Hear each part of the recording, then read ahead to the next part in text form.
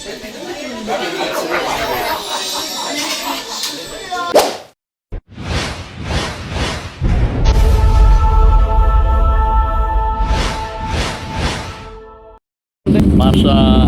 or to Mabinay, no? Ayongon, Mabinay, Bais. So, good luck guys!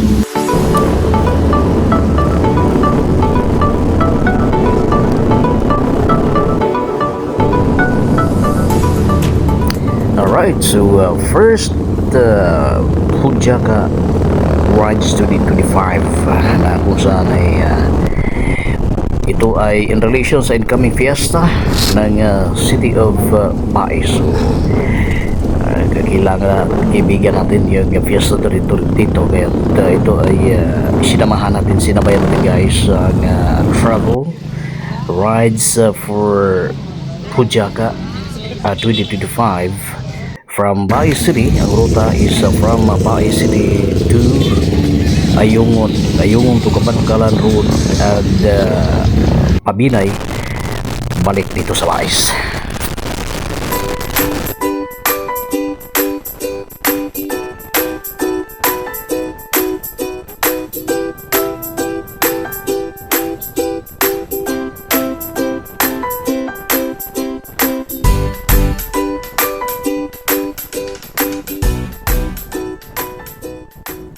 Ayan na, no? So medyo tamang-tama lang yung takbo natin dito guys. Although merong mga big bikes dito, no? Mga 1000cc, 350, CP400 and also meron din pinakamaliit. Pero meron 125, chill ride lang at alam natin, no, na mag-enjoy tayo na katulad ng iba't ibang nating mga ginagawa. Ngunit din natin maiwasan ang disgrasya. At ito na nga ang isa sa ating makasamahan dito sa may gawing Ayungon, no? Part na ng Ayungon. Ngunit ipagpasalamat natin dahil maayos lang naman, no? Minor gas-gas lang po ang sinapit.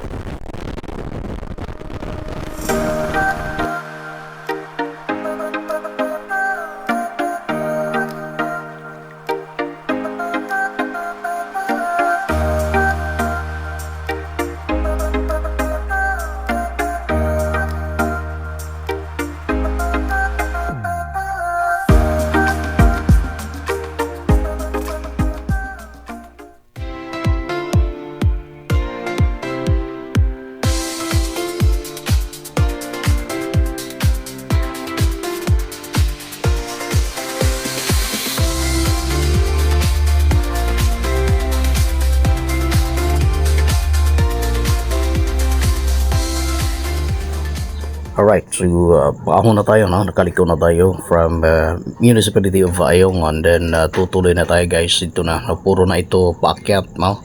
Ang tarik po nito at matinding kurbadahan, no? Ang ginagawa natin ngayon.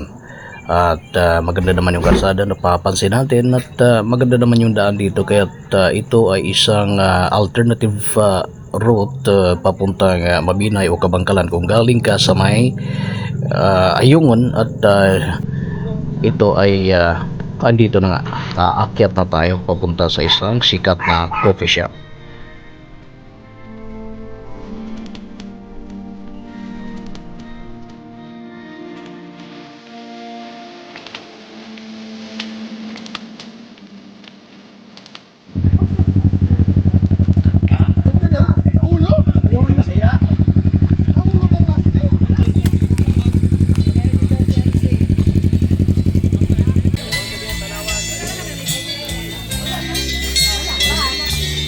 Good morning, good morning.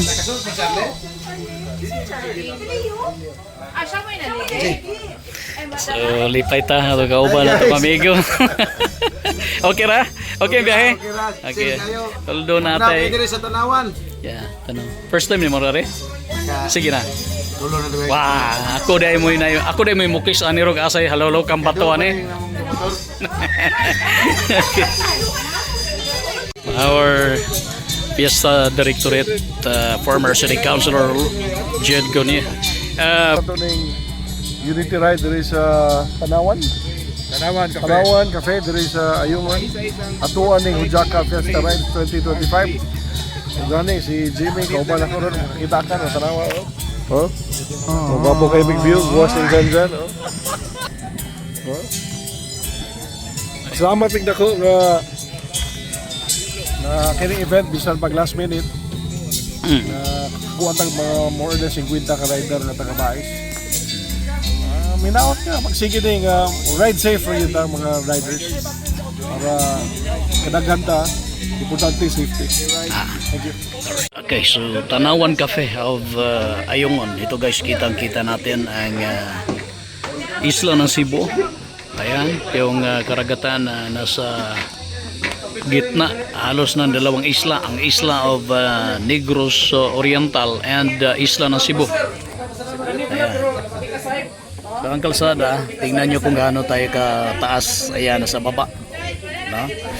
At napakalamig ang lugar. No? Kitang-kita natin yung mga naglulunti ang kakahuyan sa paligid. So ito po yun.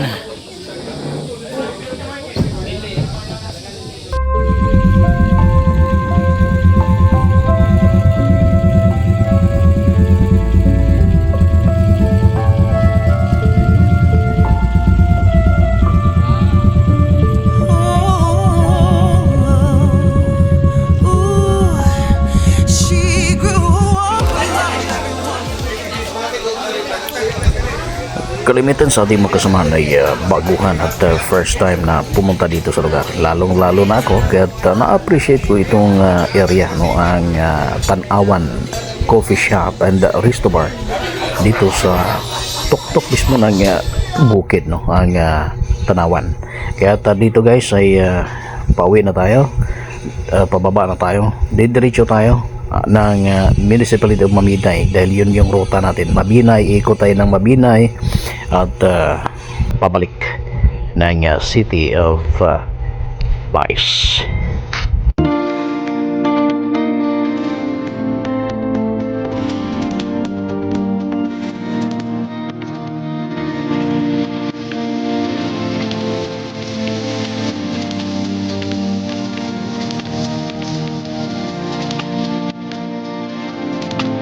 Sa ating pagpapatuloy ay bumungad sa atin sa may bandang kung saan ay malapit tayo sa Municipality of Mabinay. Ang napakagandang view na hindi natin inaasahan dito sa may Camel Peak na ito.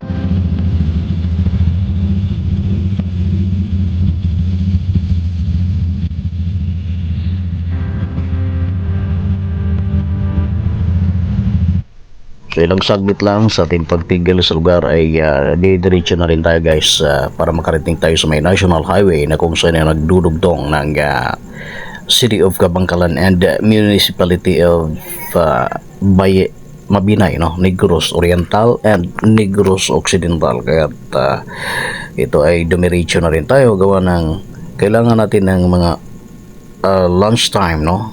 Ay ando na rin tayo sa City of Vice dahil doon yung finish line natin. So ito, no, umpisahan na naman natin ang ating karagdagang paglalakbay mula rito dahil pabulusok na rin itong mga daan na ito guys. Dahil kung paakyat tayo nung simula ay pabulusok pababa na naman tayo dito sa area na kung saan ay palapit na ng palapit sa may National Highway ng kung saan yung sinasabi natin nagdudugtong ng Kabangkalan City at ang ng Negros Occidental at ang Municipality of Mabinay ng Negros Oriental, kasi magkadikit itong dalawa, no? Last municipality na part ng Negros Oriental ang Mabinay, dahil paglampas na dyan ang Kabangkalan, boundary dyan ay para na sa Negros Occidental, no? Kaya't kung mapapansin ninyo, maganda yung daan dito, no? Maganda yung daan dito dahil ito ay isang diversion road na isang alternative road, no, na kung nagbibigay ng agarang access para sa ating mga kababayan na may sadya dito sa may Mabinay. Kung galing ka sa may Ayungon or Pagkabangkalan, dito ang daan kaysa iikot ka pa ng Bais sa may Tamiso, crossing Tamiso to Mabinay, Mabinay to Bais Road, mas lalong magtatagal ka dito mga gala, no?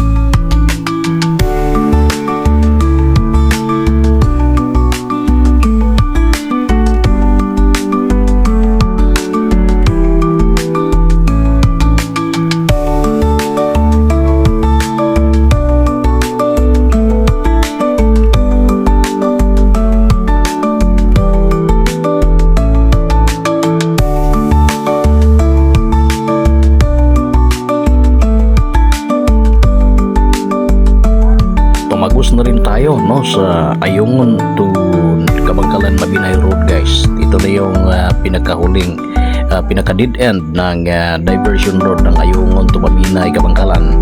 Itong nasa harapan natin, binabaybay natin, ito na yon, yung National Highway na nagdudugtong ng Kabangkalan or Bacolod to Dumaguete Road, na kung saan ay dadaan tayo ng Mabinay, no? Kaya andito na tayo, binabaybay na natin ito, ang area, yan, nasa proper Mabinay na tayo. More or less 45 kilometers, more or less 1 hour ang takbuhan, dahil dito ay kailangan ka ring mag-ingat gawa ng medyo marami ang blind curve dito, mga kagala, no? Hindi mo maaaring diretsuhin itong patakbuhin gawa ng napakaraming kurbadahan din dito. Pabulusok ang lugar, pababa na tayo dahil City of Bais ang pupuntahan natin. At iba yung pag-iingat ang ginagawa namin dito, no? Katamtamang takbo, ngunit sagad din naman minsan kung ito ay makikita nating safe, no?